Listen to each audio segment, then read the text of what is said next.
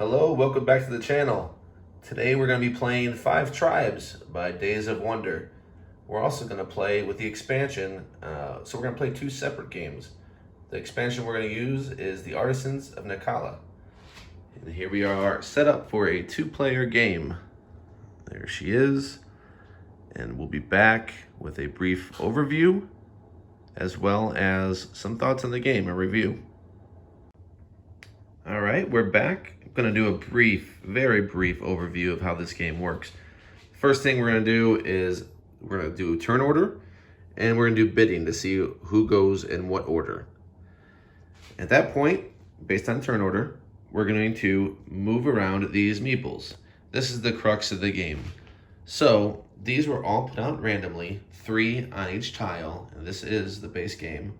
So there's 3 on every tile, all different colors. And occasionally you're going to have some that have all 3 colors, which could be good or bad. We actually have 2 that have all 3 colors. So you can pick up a group of meeples. So let's say, maybe I'll try to exploit that one. So I'll take these 3 meeples.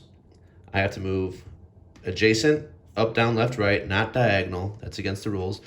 And drop 1 meeple on every tile I pass through. So if I go here, I can drop a red meeple. Go here, drop a white meeple, and then drop my green meeple here. This is where I take all like-colored meeples into my hand and score them as applicable. Also, in this case, since I have cleared this of all meeples, I take ownership of that. If I'm the blue player, I take a blue camel to mark I now control this area. So this is going to award me 6 victory points at the end of the game. Also, I have a little special ability. It's saying that I can spend white meeples to get some of these gins over here. So there are abilities on all of these, and there are victory points at the top right. And if I clear it out, I get ownership. And then also I do whatever these workers do. In this case, green is merchant. So the merchants can purchase as many number of meeples, in this case 4, as cards. So I can buy 4 of these cards. Here, you're mostly trying to get sets in general. And then these go back into the bag in most cases. Let's see. So they all have different things they do. Like the red one is an assassin. So he could kill your opponent's yellow or white meeples, or they could kill somebody that in line of sight from them based on how many tiles away and how many red you actually picked up. So if I were to pick up 1 red, I can only shoot 1 tile away, and it gets rid of 1 meeple. And just like as if I picked up 1, let's just say this tile was only 1 meeple at a time, they could assassinate this white meeple here, and then they would take ownership. Whoever took the assassin would take ownership of that. So that's another way to take ownership of these tiles and score victory points. So yeah, you're going to be collecting sets, you're going to be taking ownership of this, doing these abilities. So palaces will score whatever 5 points. Palm trees 3, and at the end, when then's triggered after either somebody doesn't have a legal move or all the camels from somebody are exhausted. That will trigger endgame. You tally your scores in the score sheet. You can see coins are worth stuff, and all different things are worth different points. And that is a very basic overview of what you're going to be doing in this game. All right, here we have the setup of the expansion here, the Artisans of Naqala. Don't know if I'm saying that right, but I'll give it a shot. So you see what changed here is we have a 6x6 grid. There's also purple meeples on the board that actually correlate with these items.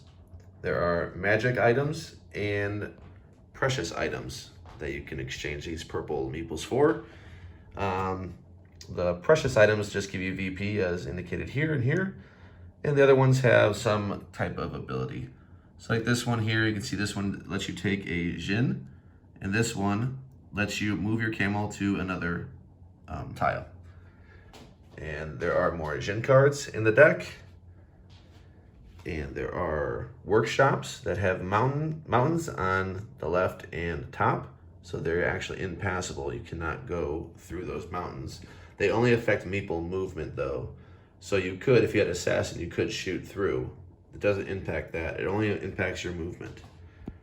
So those are some of the things that we added. A new score sheet there. And that's pretty much the bulk of it. I did miss one thing. These tents, we get 1 tent each, and all that impacts, it just plays like a camel, except when you put it down, it will impact the scoring of adjacency with reds. So think of it like the builders, who impact the adjacency with the blues. We now have something that actually impacts the adjacency of reds.